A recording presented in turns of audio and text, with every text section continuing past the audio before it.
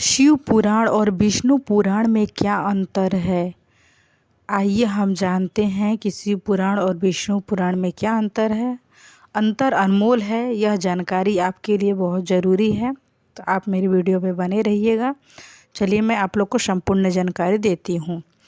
हिंदू धर्म के अनुसार दो तरह के ग्रंथ हैं, एक होता है श्रुति और स्मृति। श्रुति के अंतर्गत वेद आते हैं और स्मृति के अंतर्गत पुराण आते हैं। पुराणों की संख्या कुल 18 है, जिनमें से अधिकतर वेद व्यास जी ने लिखे हैं। उन्हीं में से दो हैं शिव पुराण और एक है विष्णु पुराण। आइए जानते हैं इन दोनों में क्या क्या अंतर है।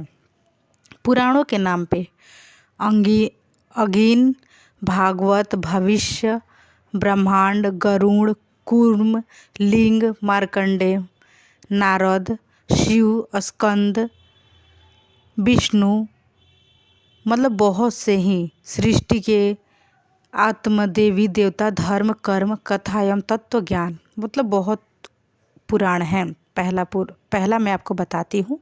शिव पुराण में भगवान शिव और उनके अवतारों के बारे में विस्तार से जानकारी दी गई है, जबकि विष्णु पुराण में भगवान विष्णु और उनके अवतारों के साथ साथ ही उनके भक्तों के बारे में भी जानकारी दी गई है।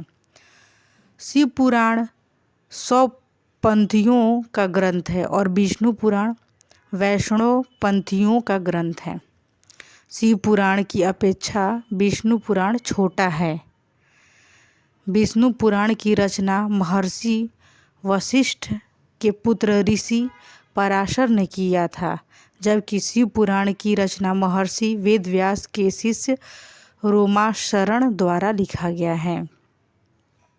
शिव पुराण में ही प्रसिद्ध विदेश्वर संहिता, रुद्र संहिता, सतरुद्र संहिता, कोटि रुद्र संहिता, उमा संहिता, कैलाश संहिता, वायु संहिता और वायु संहिता, जबकि विष्णु पुराण में श्री हरि और श्री कृष्ण की वंदना है। शिव पुराण को महापुराण भी कहा जाता है, जबकि विष्णु पुराण को नहीं कहा जाता है। जो शिव पुराण है उसको महापुराण के भी नाम से जाना जाता है, लेकिन विष्णु पुराण को महाविष्णु पुराण नहीं कहा जाता है। विष्णु पुराण में राजवंशों के उल्लेख के साथ ही कलयुग की भविष्यवाणी भी मिलती है, जबकि शिव पुराण में सिर्फ शिव जी की महिमा का ही वर्णन मिलता है।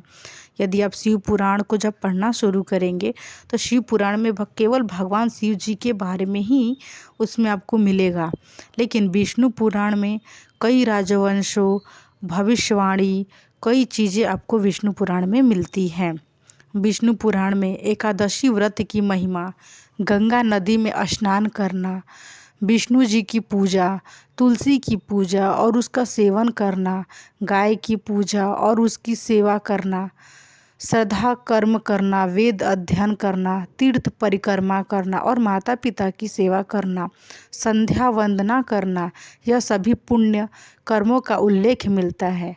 यदि आप जब विष्णु पुराण को पढ़ेंगे तो विष्णु पुराण के में लिखा रहता है कि गौ माता का सेवा कैसे किया जाता है, और माता पिता की सेवा के बारे में भी लिखा रहता है, तुलसी जी का पूजन कैसे किया जाता है, नदी में स्नान करना, विष्णु भगवान की पूजा कैसे किया जाता है। इसमें सारा विधि पूर्वक उसमें वर्णन किया गया है कि तीर्थों का परिक्रमा किस तरह से आप कर सकते हैं, उसका पुण्य फल कैसे मिलेगा। इसमें विधि विधान से इसमें वर्णन किया गया है। यह सभी पुण्य कर्मों का उल्लेख इस विष्णु पुराण में मिलता है, जबकि शिव पुराण की संहिताओं में शिव के रूप में कार्य, अवतारण आदि की महिमा का वर्णन के साथ ही ब्रह्मांड तत्वों का ज्ञान मिलता है। विष्णु पालनहार हैं, जीवन देने वाले हैं और सृष्टि के संचालन करने वाले हैं, जबकि शिव मृत्यु के देवता हैं, संहारक हैं, वैरागी हैं और योगी हैं। इसीलिए दोनों ही पुराण में अलग अलग विशेषों को समेटा गया है। शिव पुराण में शिव सबसे महान है, जबकि विष्णु पुराण में विष्णु जी सबसे महान हैं और सर्वोच्च देवता हैं। दरअसल विष्णु पुराण में विष्णु जी को केंद्र में रखकर सृष्टि, उत्पत्ति, पालन और संहारक के ज्ञान के साथ ही मनुष्यों के धर्म कर्म को समझाया गया है, जबकि शिव पुराण में शिव को केंद्र में रखकर इसी बात को अलग तरह और अलग कथाओं के माध्यम से समझाया गया है। शिव पुराण के अनुसार श्री विष्णु की उत्पत्ति आदि देव महादेव ने किया था, जबकि विष्णु पुराण के अनुसार शिव जी की उत्पत्ति विष्णु जी से हुई है। ऐसा कहते हैं कि शिव पुराण की मूल्य विचारधारा एकेश्वरवाद और दैत्यवाद की है, जबकि विष्णु पुराण अद्वैतवाद का समर्थन करता है। तो ये होता है शिव पुराण और विष्णु पुराण में अंतर। मैं आप लोग को इसकी जानकारी दी हूँ विस्तार में।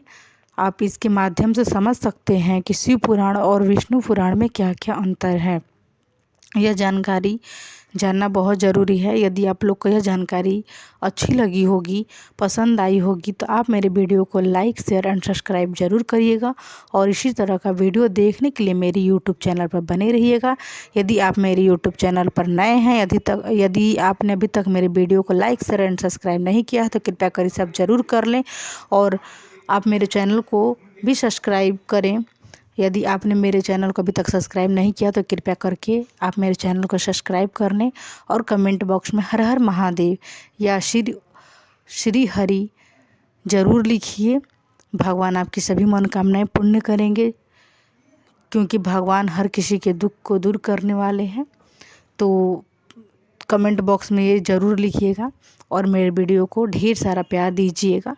फिर मैं आप लोग से मिलूँगी नेक्स्ट वीडियो में। तब तक आप मेरे यूट्यूब चैनल पर बने रहिएगा। भगवान आप लोग की सदैव रक्षा करे और आपकी सभी मनोकामनाएं पूर्ण करें। मैं भगवान से प्रार्थना करूंगी कि आपकी जो भी मनोकामनाएं हैं श्री हरि आप लोग की सारी मनोकामनाएं पूर्ण करें। मेरे भोले भंडारी आप लोग की झोलियों को खुशियों से भरे। हर हर महादेव भक्तों, धन्यवाद।